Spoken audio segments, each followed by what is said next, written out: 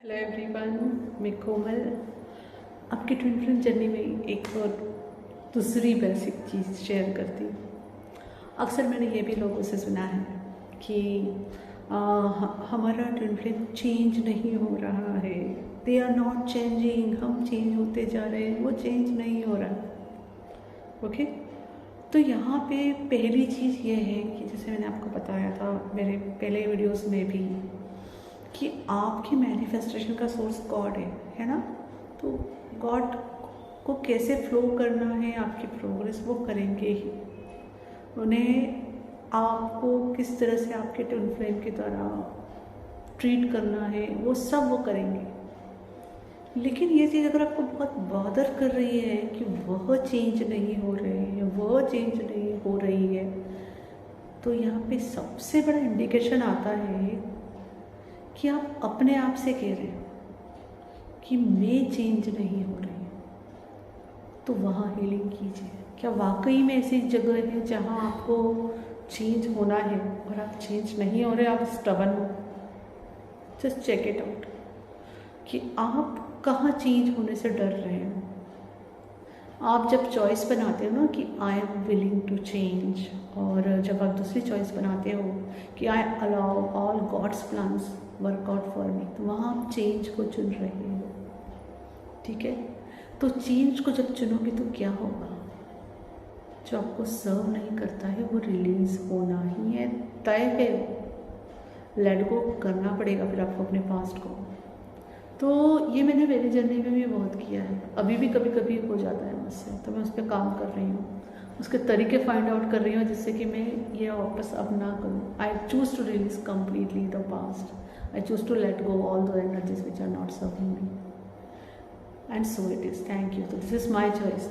तो अब मैंने किस तरह से उसको डील करना चालू किया। जैसे ही आपको ये लगे कि आप बाहर पर्सन को देख रहे हो चेंज नहीं हो रही है, चेंज नहीं हो रहा है, या फिर मैं तो जनरली अपने आसपास के सर्कमस्टेंसेस को देखना ज़रा प्रीफर करती हूँ इमीडिएटली कि आसपास ऐसा क्या है जो मुझे बॉदर कर रहा है, मुझे लग रहा है। और जहाँ मुझे ये फीलिंग आती है ना चेंज नहीं हो रहा है, तो वहाँ मेरा फिर शुरू हो जाता है।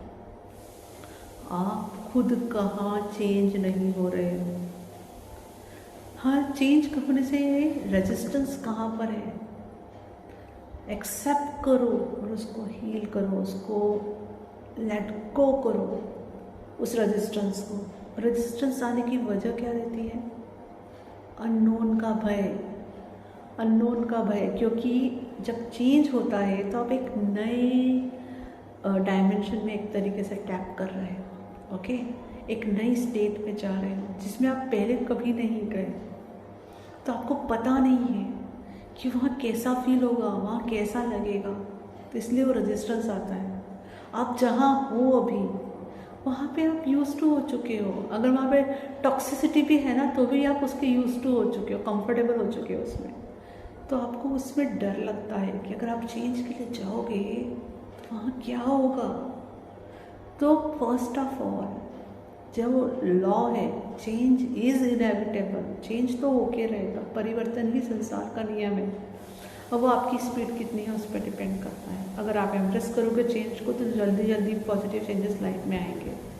फिर जब आप में चेंज आएंगे आप उस वाइब्रेशन में टैप होंगे जहाँ पे हारमोनी है, लव है। तो क्या ये चीज़ें आपके एक्सपीरियंस में रिफ्लेक्ट नहीं करेगी? फिर आपको जो जो चाहिए क्या वो चीज़ें आपके पास स्वतः नहीं आएंगी? आप उसके लिए मैग्नेट नहीं बन जाओगे? सोच के देखिए, क्योंकि जो चीज़ सबसे इम्पॉर्टेंट है इस जर्नी में, आप और आपके ट्विन फ्लेम अलग है नहीं, एक हो। आपकी कोर चॉइस एक है।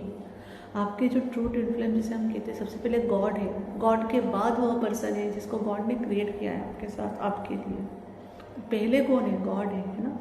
तो क्या आपको उतना ट्रस्ट और फेथ कर सकते हो कि आप जो कर रहे हो उसका रिजल्ट ट्रस्ट और फेथ के साथ ये रख सकते हो कि हाँ गॉड की यही विल है?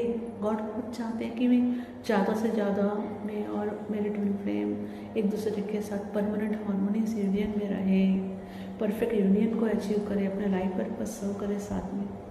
आपसे ज़्यादा तो डिवाइन की यह विल है।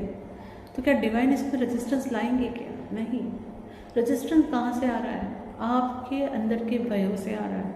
तो जितना आप अपने डरों से बाहर निकलोगे उतनी जल्दी हारमोनी में अलाइन होंगे।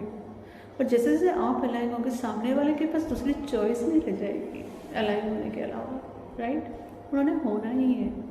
मुझे वापस कैसे कनेक्ट होना है? गॉड पे विश्वास रखो, गॉड जोड़ देंगे। गॉड, पहली बार आप कैसे जुड़ गए थे उस पर्सन से, सोच के देखिए।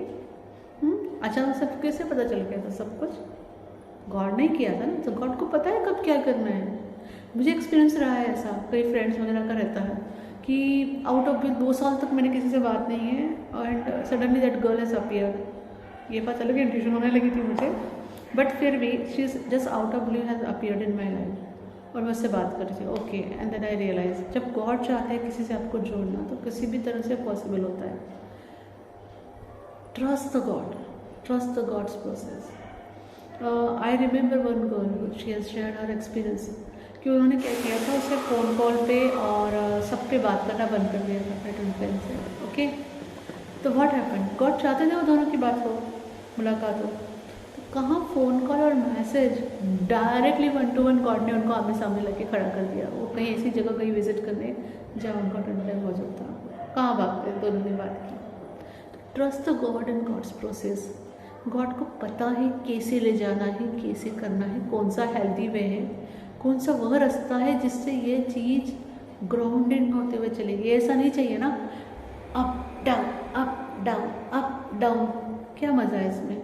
इसकी जगह ग्राउंडेड होते हुए चले कि चलो ये लेवल आ गया मेंटेन, ये लेवल आ गया मेंटेन। तो इसमें होगा क्या, आप उतने ज़्यादा पीस और हार्मनी में आपकी कॉन्शियसनेस स्टेबल हो जाएगी। ऑफकोर्स हायर डीपर लव में जाओगे, फिर से ट्रिगर्स आएंगे, लेकिन अब आप पहले की तरह रिएक्ट नहीं करोगे, और ना ही आपको पहले की तरह बाहर से फिर आप एक्सपीरियंसेस होंगे। प्रोसेस इजी होती जाती है, जैसे जैसे आपकी हीलिंग होती है प्रोसेस इजी होती है, बहुत इजी होती है, लाइफ स्मूथ होती है और स्मूथ होती है। बड़े बड़े चैलेंजेस जो भी रहते हैं गॉड टेक केयर करते हैं, वो आपको पता भी नहीं चलेगा, आपकी कॉन्शियसनेस में आने से पहले ही वो प्रॉब्लम्स को सॉल्व कर देते हैं, क्योंकि अब आप गॉड के साथ चल रहे हो। आपने बोल दिया है, गॉड को अपनी अथॉरिटी दे दी है। सबसे पहला सबसे इम्पोर्टेंट डिसीजन कि आप गॉड के अथॉरिटी में, गॉड आपको आपके थ्रू फ्लो कर रहे हैं।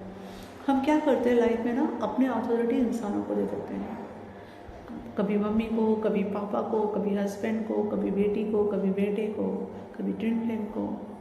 वो करना बंद कीजिए। आप पे अगर किसी की अथॉरिटी है तो सिर्फ गॉड की है, और गॉड सिर्फ आपको प्यार करते हैं। अंडरस्टैंड? आई होप ये इंफॉर्मेशन आपकी ट्विन फ्लेम जर्नी में काम आए। Thank you.